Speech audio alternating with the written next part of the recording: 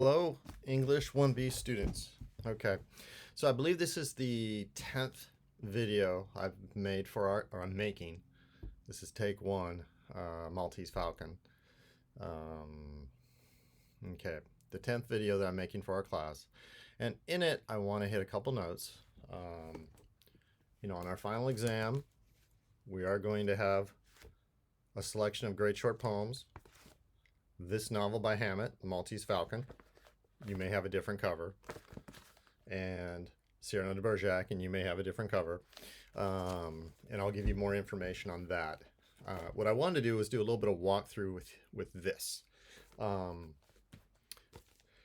fiction, 1929, Dashiell Hammett, The Maltese Falcon. Sam Spade is our main character. Okay. I'm assuming you've already been reading through this book, so I am going to give away some key details about the opening. But what I want to do is actually emphasize different parts of the opening in terms of how we get into this. Now, this is where if you read a summary of this book, you're not gonna enjoy it. For one, you're also not gonna be experiencing the book the right way. Frankly, you're not supposed to know that Miss Wonderly is not really Miss Wonderly when you read chapter one. This is a book, and the crime genre in general moves forward.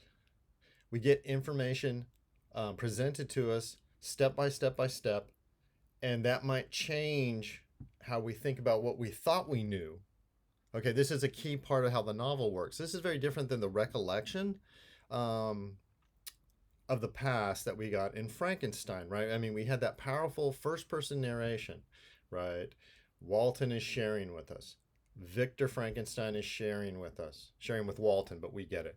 The creature has spoken with Victor, and Victor tells Walton, but in that first person, paragraph after paragraph after paragraph, chapter after chapter, we feel we're getting the direct knowledge. And therefore, each character can describe how they feel and what they think, or at least they say what they think and feel, since I don't always trust either Victor to have self-knowledge or the creature. Okay, so you have that forward, so you have the backward that moves us forward sort of a situation in Frankenstein. First person narration, and both the glory and the limitations of such a narration. Now, with Dashiell Hammett, we have that outside narration that's riding around on Sam Spade's shoulder. Okay. And again, if you read a summary, if you watch the film, you're going to be shaped in ways that you're not shaped as you read forward. Okay, forward momentum. We learn things, we think we know what we're supposed to pay attention to. We get new information that contradicts what we had before, so we're confused. But rich confusion is a key element of the entertainment that you get when you work with crime and mystery as a genre. Okay, so as we move forward, we're practicing, right? We're practicing our analytical skills. We're practicing what do we get. This novel is short enough, right? It's only just over 200 pages that I'm hoping that it will, you can read and then go back and review as needed. This is a book that I think rewards rereading, much like I think every book rewards rereading, as you know. But also, the way in which a film, you go back to watch a film, sure, the plot. That's not the point. I mean, bad stories are the ones that get ruined when you know what's going to happen at the end. I mean, that's how I always feel. Here, you might notice more things like, oh, that Miss Wonderly. Again, this is spoiler alert. Bridget O'Shaughnessy, if that's really her name, okay, she was doing a great job pretending, acting as if she were that innocent girl looking for her sister. But that's not the case. But when you read chapter one, you're getting the Miss Wonderly story, right? Now, the other catch, though, is Sam Spade helps us. At a certain point, he will tell her, it's like, well, we believed your $200. We didn't believe you.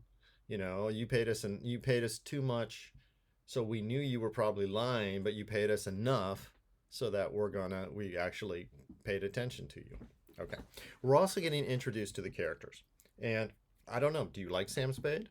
Is he a likable guy? He, he doesn't much care for his partner.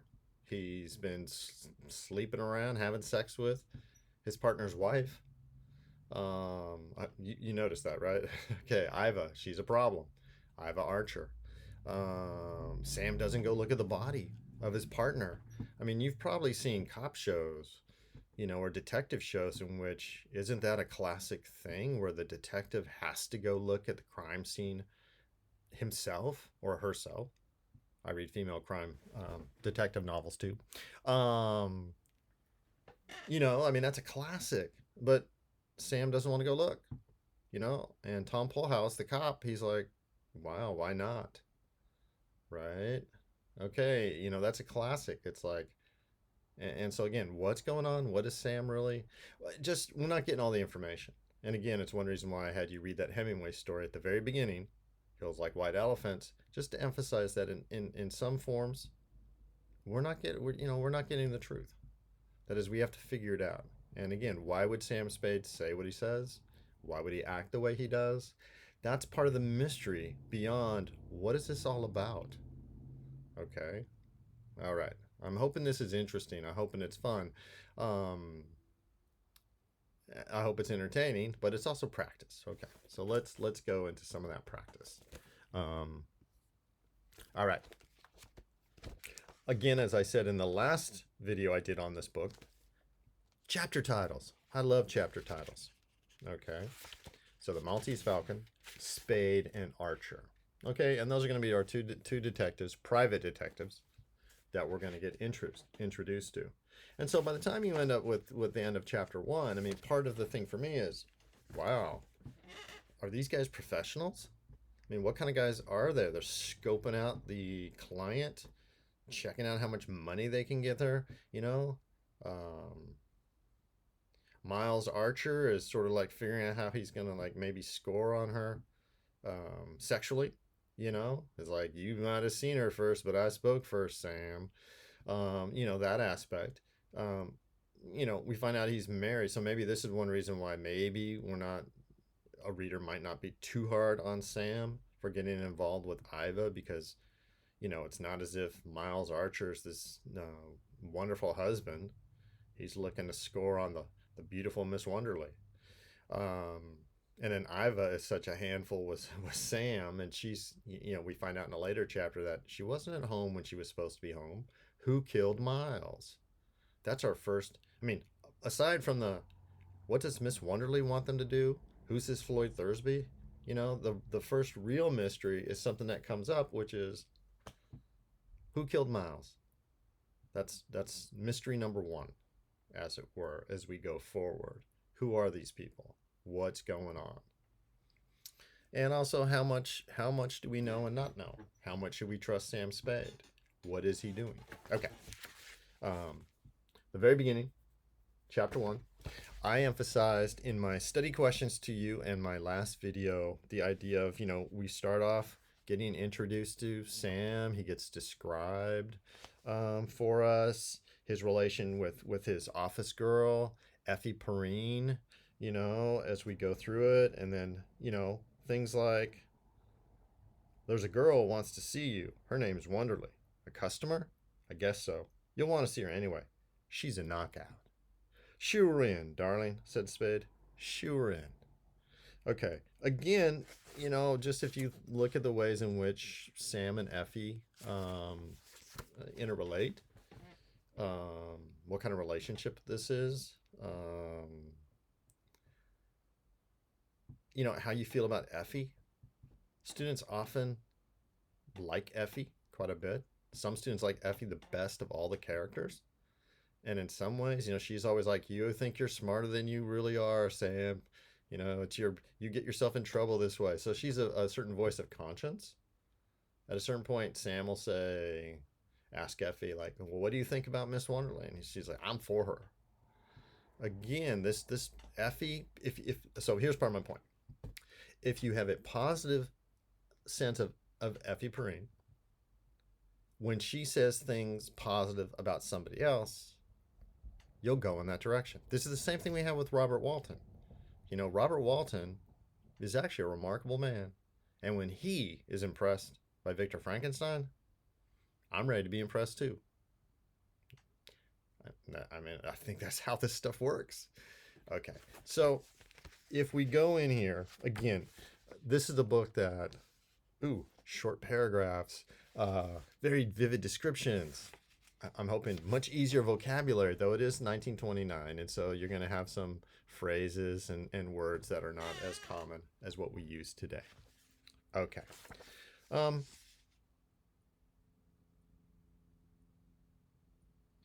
You end up with certain paragraphs as we meet this that I just want to call some attention to. Okay, so we're on page 4. It's only a couple pages in. Miss Wonderly has come in and sits down, and she's on the edge of the chair's wooden seat. Okay, she's not comfortable. She's not sitting back. She's sitting up at the front at the edge of the seat. The tappity-tap-tap. Spade sank into a swivel chair. Made a quarter turn to face her, smiled politely. He smiled without separating his lips. All the V's in his face grew longer. The tappity-tap-tap and the thin bell and muffled whir of Effie Preen's typewriting came through the closed door. Somewhere in a neighboring office, a power-driven machine vibrated dully. On Spade's desk, a limp cigarette smoldered in a brass tray filled with the remains of limp cigarettes. Ragged gray flakes of cigarette ash dotted the yellow top of the desk and the green blotter and the papers that were there. A buff curtained window, 8 or 10 inches open, let in from the court a current of air faintly scented with ammonia. The ashes on the desk twitched and crawled in the current. Miss Wonderly watched the gray flakes twitch and crawl. Her eyes were uneasy. She sat on the very edge of the chair. Her feet were flat on the floor as if she were about to rise. Her hands in dark gloves clasped a flat dark handbag in her lap. Spade rocked back in his chair and asked, "Now what can I do for you, Miss Wonderly?" Now you might say, why do we get all that? It's very visual. If you were going to film it, and John Huston does in the film, I'm asking you to watch afterwards, after you read. But this kind of writing also helps us be in the present moment and notice the time that's going. If somebody shows up at an office, the normal thing would be say, "Hello, Mr. Spade, I'd like your services to do this, this, and this." Instead, we don't get that. Sam's sitting there. She's sitting there. Smoke's coming up. Again, it's by slowing us down. We're more conscious of time. It could have said, Miss Wonderly sat there for 5 minutes. That's less effective than, I think, this scenic thing. And also if she has business, why isn't she paying attention to business? Why isn't she? Okay, that's 1. 2, when you're rereading this or you're coming back to review it, once you've met Bridget O'Shaughnessy, who Miss Wonderly, again, spoiler alert, Miss Wonderly is not, we get Miss Wonderly, Miss LeBlanc, and then Bridget O'Shaughnessy, and that's where the character claims she's Bridget. And I will say this, we're going to stick with Bridget through the rest of the book. Okay, so apparently this is Bridget O'Shaughnessy. Remember, we don't have any outside reference for this, but Bridget. So she's playing a role here. I hope you noticed, there is no actual sister. The whole story about the sister who's only 17 and has run away with a married man, and therefore we have to get the sister back. Because this is, it's, if you think about it, it's potentially kidnapping and statutory rape that Floyd Thursby is guilty of. These are serious crimes. The sister, who does not exist, but we don't know that, right? Sam just listens to the story. And so, again, I do expect you to reflect back and be able to say, wow, why was Bridget telling this story? But even when we're getting this, you might have noticed, wow, when Miss Wonderly is telling this and she's emphasizing things like, he's dangerous, he's armed, he's violent. Why is she insisting that she wants one of the two, Miles or Sam, to be the ones following and for them not to hire a third party to follow? There's little things that are emphatic. Okay, Um, okay, we get this case from Miss Wonderly. You know, this seems to me that Sam Spade and then Miles Archer are being both presented as potentially experienced, maybe to the point of cynicism in what they do. I found it an interesting line that Miss Wonderly knows so much about Floyd, things like what he looks like, how violent he seems, you know, etc. But you know, when Sam on page 9 says, "What does he do for a living?" Spade asks as he laid down his pencil. "I don't know," she said. "I haven't the slightest idea." That's going to turn out to be a lie, and we find that out in a few chapters. But again, I think I appreciate Bridget O'Shaughnessy's job as an actress here, Miss Wonderly. Okay, that's a thought I have after I've read multiple chapters. I don't have the thought the first time through. Okay, so I'm not trying to be confusing, but there's the first time reading where, you know, we're gathering, we're trying to pay attention to signals, and then we have to regather, rethink, recalculate. Because at some point it's like, well, why'd you tell that? Why did she tell that story? Now, we're going to get a little bit of information that she told the story a certain way as she explains to Sam, but she also isn't going to explain everything. Okay. All right. Next.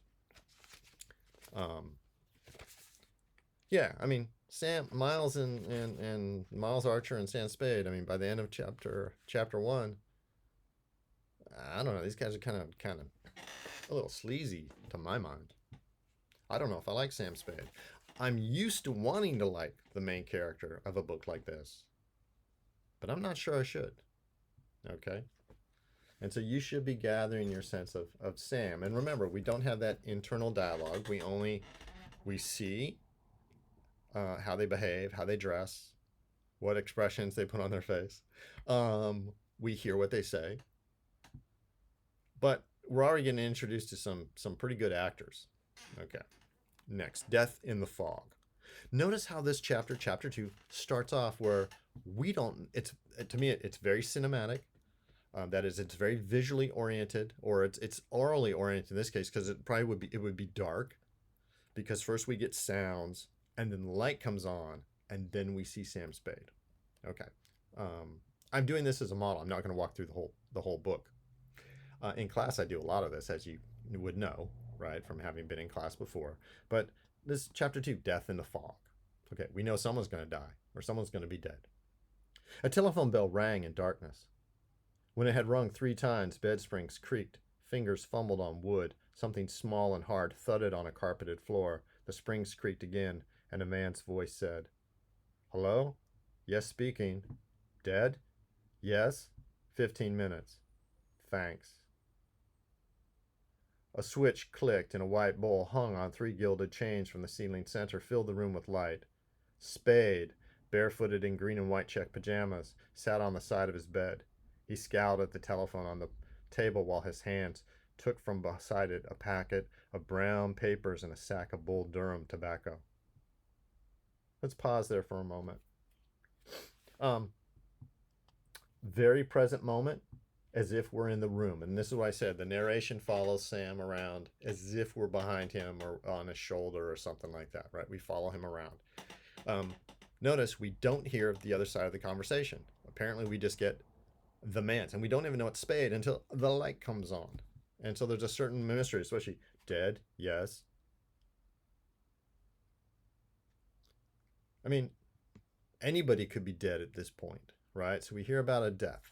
Now, notice how this works. And again, the style. Sometimes people are like, why do we get these details? Okay, so we have this scene. We're walking into it very carefully. It's very unlike Frankenstein. Cold, steamy air blew in through 2 open windows, bringing with it 6 times a minute the Alcatraz foghorn's dull moaning. Local color. A tinny alarm clock, insecurely mounted on a corner of Duke's Celebrated Criminal Cases of America, face down on the table, held its hands at 5 minutes past 2. Spade's thick fingers made a cigarette with deliberate care, sifting a measured quantity of tan flakes down into curved paper, spreading the flakes so that they lay equal at the ends with a slight depression in the middle, thumbs rolling the paper's inner edge down and up under the outer edge as forefingers pressed it over. Thumbs and fingers sliding to the paper cylinder's ends to hold it even, while tongue lipped the flack, left forefinger and thumb pinching their end, while right forefinger and thumb smoothed the damp seam, right forefinger and thumb twisting their end and lifting the other to Spade's mouth. He picked up the pigskin and nickel lighter that had fallen to the floor, manipulated it, and with the cigarette burning in a corner of his mouth, stood up. He took off his pajamas, etc. And then we get physical description. Okay, now, you might be wondering, why do we get him rolling a cigarette, right? Rolling his own tobacco cigarette. Again, kind of like the earlier scene with the smoke, we're very much in this present moment. And you might think, okay, he's supposedly 15 minutes, something's going to happen. He's not in a hurry.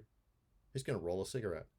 And as the book goes on, you realize that Sam often seems to use this sort of a moment to focus his thoughts. Now, in the next chapter, or a couple chapters later, he sits in his office just not rolling a cigarette. And so that moment stands out for, wow, his mood. He's not rolling a cigarette. Okay. Also, think of it. He's calmly, easily rolling this cigarette. And again, is this about he's not anxious? He's not in a hurry? What does that mean? You know, the police, as you know, are going to wonder, did you kill your partner? Did you kill Floyd Thursby? And, you know, is Sam being calm because he already knows that somebody is dead? Is he being calm because he's the kind of guy who can handle anything, right? We don't know. I mean, if this were a film, you'd be wondering who to trust. It's a book. Wonder who to trust. Okay. We also find out little things like he's got a cheap alarm clock, like a lot of us. He was apparently, he reads his criminal cases. He does his research, right, or whatever. That's how he puts himself to bed. The thing that went thump, turns out it was his fancy cigarette lighter. I grew up where almost everybody smoked, and so, anyway, the lighter thing just fits into like my vision of it, just like the typewriter is a very noisy sort of element when we had Effie earlier. But let me just call you to a couple different things. He gets dressed. It's kind of interesting. He puts his shoes on before he puts his suit on, so there must be baggy legs of those pants, right? That's on page 12. Not a crucial detail. We then have the crime scene, right, where Sam Spade interacts with the police. And you might notice things like on page 14, we meet this Tom Polhouse. He'll be in the book for quite a while. Sam doesn't touch the pistol that's held out to him. He doesn't want to go look at Archer's body, even though, Tom, when Spade says no, Tom halted astride the fence and looked back at Spade with surprised small eyes. Spade said, "You've seen him. You'd see everything I could." Tom, still looking at Spade, nodded doubtfully and withdrew his leg over the fence. That is the signal to us to pay attention, right? I mean, here's a veteran cop who knows Sam and is surprised. And it gets noted twice, and therefore we're supposed to notice. And again, as I said earlier, if you were like me and you grew up on cop shows and cop movies, it's like in detective shows, detective movies, like, wow, he doesn't want to go see his partner. Well, we're going to find out that, Sam's relationship with his partner is not that strong. I mean, right after his death, he's having the Spade and Archer. He has Archer taken off the door. I mean, don't people normally wait a while for something like that? Not Sam. He's an efficient guy. Is it just efficiency? That sort of thing. Okay. Anyway, at the bottom of 15, Sam gives the excuse that he's going to go break the news to Miles's wife. But as we find out next page, he calls Effie Perrine to go take care of that. He's not going to do it. So we know there's a lie. Okay. Now, we didn't get that with Sam decided he'd lie. We watch it happening. And then later, when the cops show up at Sam's place on the next couple of pages, they know he's lied also. And we find out that there's another killing. Floyd Thursby has been also shot. Okay. But actually, if you look at page 16, bottom of 16, right before the cops show up, Sam's obviously expecting someone else. Damn her. And as you read to the next chapter, obviously it's Iva Archer is who he was expecting. He's happy when the cops first show up. It's like, yay, it's not her. I can handle these guys. Okay. And then you might notice the interplay. Come on, this is classic. Private Eye, who has a bad relationship with some of the cops, especially the administration, right? The power. That's Lieutenant Dundee. And then you have the, the friendly cop, Tom Polhouse, who's like, Sam's able to get Tom to say things, and Dundee's like, but just tell him everything, right? I mean, this is classic, but it's classic in the sense of this is where it comes from. Okay, this is 1929. So later stuff borrows from this, not Dashiell Hammett is borrowing so much from what, if you know your cop shows and your detective shows, the things you get it.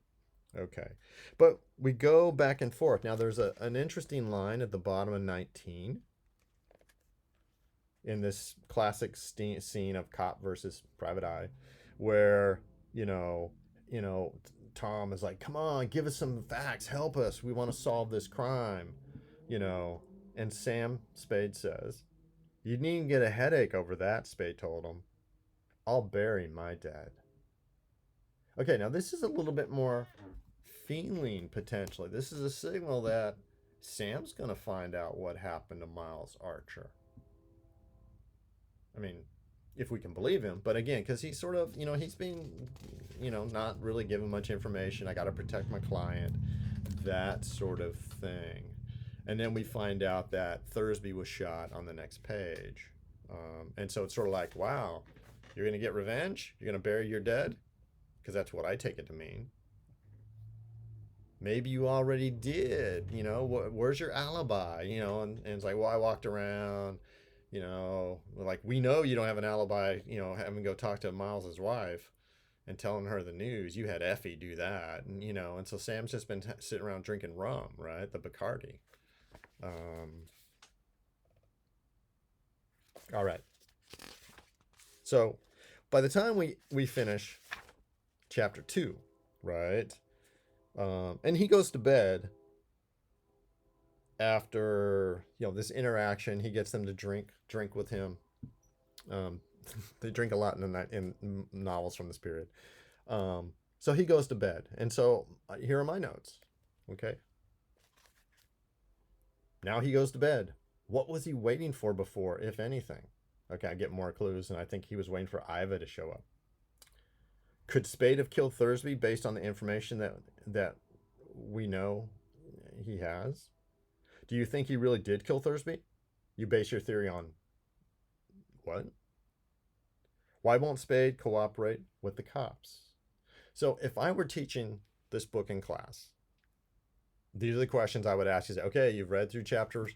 Now we're at the end of chapter 2. Let's pay attention to how it's progressing. Let's not give things away the way I've been giving things away. And as we go, right? Okay. I think I'm going to stop right there for now. The 3 women chapter is really interesting, especially because of what we find out about Sam's relationship with Iva Archer. Actually, let me say a couple quick things about this. This is in chapter 3, 3 women. You might notice when Iva shows up, she's quite attractive. She's about Sam's age, because Sam's in his mid-30s, just as Miles Archer's in his mid-40s. We got that relayed to us earlier in chapter 1. But, Iva might be wearing the black clothes because her husband's dead, but they have an impromptu heir on page 25. She puts her arms around Sam before he held hers. His voice is tender. His eyes are angry, and you might be curious about the way he treats her. She's like, did you kill him? What, out of love? And he laughs, right? He's kind of hard. And as he talks to Effie, it turns out he was into this affair with his partner's wife until what? She's too possessive? He's bored with it? I mean, what kind of sleazy guy is this? Okay, what's going on with him? Should I care? Because that's one thing about this book. Like, should I care? And I'll just tell you, I really like Bridget.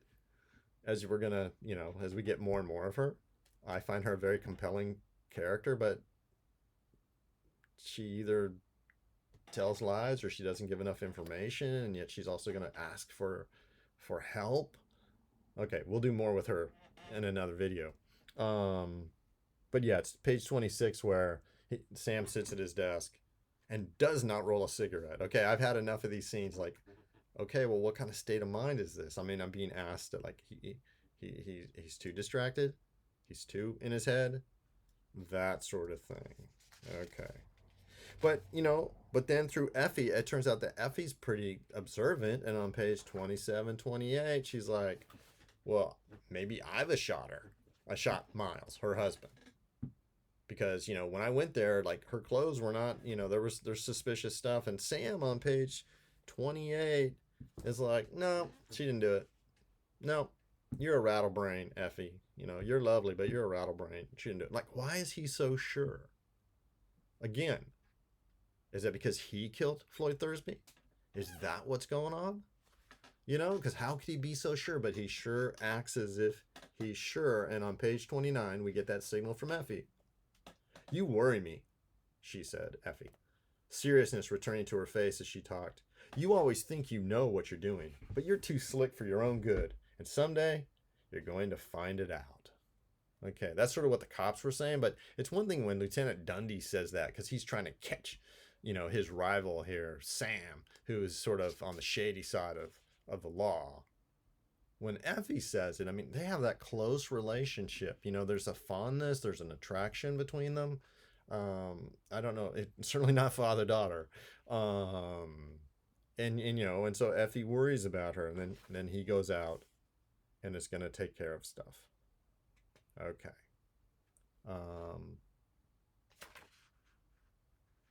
I think I'll stop there. I hope you're all doing well. I'm going to be posting some more information about all of the elements all the way to the end of the term. And I hope you're doing well. Okay.